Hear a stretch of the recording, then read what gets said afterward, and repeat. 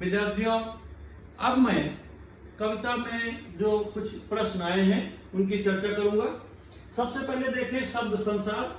आलोकित, चमकता हुआ या प्रकाशित। अपरिमित, असीमित, जिसकी कोई सीमा नहीं।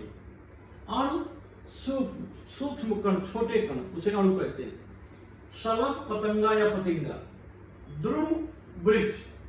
अनादि, जिसका कोई आदि अंत न हो। इस तरह से कुछ नवीन नवीन शब्द दिए हैं।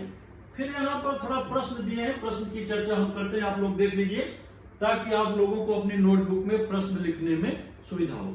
ऐसे इस पाठ में ज्यादा प्रश्न उत्तर नहीं दिए गए हैं, संक्षिप्त प्रश्न है, फिर भी मैं उनकी चर्चा करता हूं। आप देखें, इस पद्यांश पर ऐसे प्रश्न तैयार करिए जिनके उत्तर में निम्नलिखित शब्द हो। तो शब्द दिया है, आपको वाक्य बनाने हैं और उन वाक्य में इन शब्दों का प्रयोग होना चाहिए। सीमा, जैसे शब्द दिया है, आकाश की कोई सीमा नहीं है।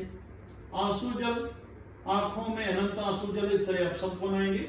उपसर्ग प्रत्येक पाठ से ढूंढ करके आपको लिखना है। पद्यांश की प्रथम 5 पंक्तियों का सरल अर्थ लिखेंगे, अर्थ बताएं सबको, उसके अनुसार आप लिखें। फिर यहाँ पर देखेंगे श्रवणीय में दीपक से संबंधित कोई गीत यूट्यूब पर देखो। आप लोग यूट्यूब पर अंतरदीप पर दीप से संबंधित भी मैंने बताया आपको, गोपाल दास नीरज की बड़ी सुंदर कविता दीप से संबंधित है, उसे आप देखिए। भारतीय त्योहारों में वैज्ञानिकता दृष्टिकोण पर जानकारी अंतर्जाल से प्राप्त करिए। अंतर्जाल यानी इंटरनेट से वहां देखिए। संभाषणीय, तमसोमा ज्योतिर्गमय, कल्पना विस्तार, यानी अंधेरे से उजाले की ओर। तमस माने अंधेरा, ज्योति माने प्रकाश, अंधेरे से उजाले की ओर, अज्ञान से ज्ञान की ओर बढ़ना है। जानकारी आप पुस्तक से यूट्यूब से करिए। प्रदूषण मुक्त त्योहार पर एक निबंध लिखना है। ऐसे कई त्योहार आते हैं जो प्रदूषण मुक्त हैं, कुछ त्योहार प्रदूषण सहित। तो आपको इसमें से हमें प्रदूषण मुक्त त्योहारों की चर्चा करनी है। कौन सा त्योहार है जो प्रदूषण मुक्त है, जिसमें प्रदूषण नहीं होता। कुछ त्योहार जैसे दीपावली है, वहां पर प्रदूषण होता है। अभी हम लोग गणेश उत्सव मनाते हैं, ध्वनि प्रदूषण होता है। लेकिन कई ऐसे त्योहार हैं, उन्हें हमें ढूंढना है। जैसे प्रदूषण से बचें, जैसे अपना समझो अभी गणेश उत्सव मना रहे हैं तो आप मिट्टी की मूर्तियां लाएं, बाजे कम बजाएं, या होली में रंगों से जो प्रदूषण युक्त कलर है उनको टालें। इस तरह से प्रदूषण से बचें जिससे हमारा वातावरण स्वच्छ हो। फिर पाठ्य पुस्तक की किसी कविता का मुखर एवं मौन वाचन करिए। मुखर माने बोल बोल करके, और मौन वाचन मन में धीरे धीरे आप उसे पढ़िए। वृद्धाश्रम में रहने वाले बुजुर्गों के साथ कोई त्योहार मनाइए। जब आप कभी किसी वृद्धाश्रम में जाने का मौका मिले तो ये प्रश्न आप देख सकते हैं। फिर इसके बाद यहाँ पर देखें, पाठ के आंगन में सूचना के अनुसार कृतियां हैं, 2 शब्द दिए गए हैं। लघुता का बंधन, इसमें क्या है, सीमा ही लघुता का बंधन। कविता की पंक्ति उसे पूरी करनी है। सीमा ही लघुता का बंधन। मांग रहे तुझसे ज्वाला बन, ये प्रश्न है।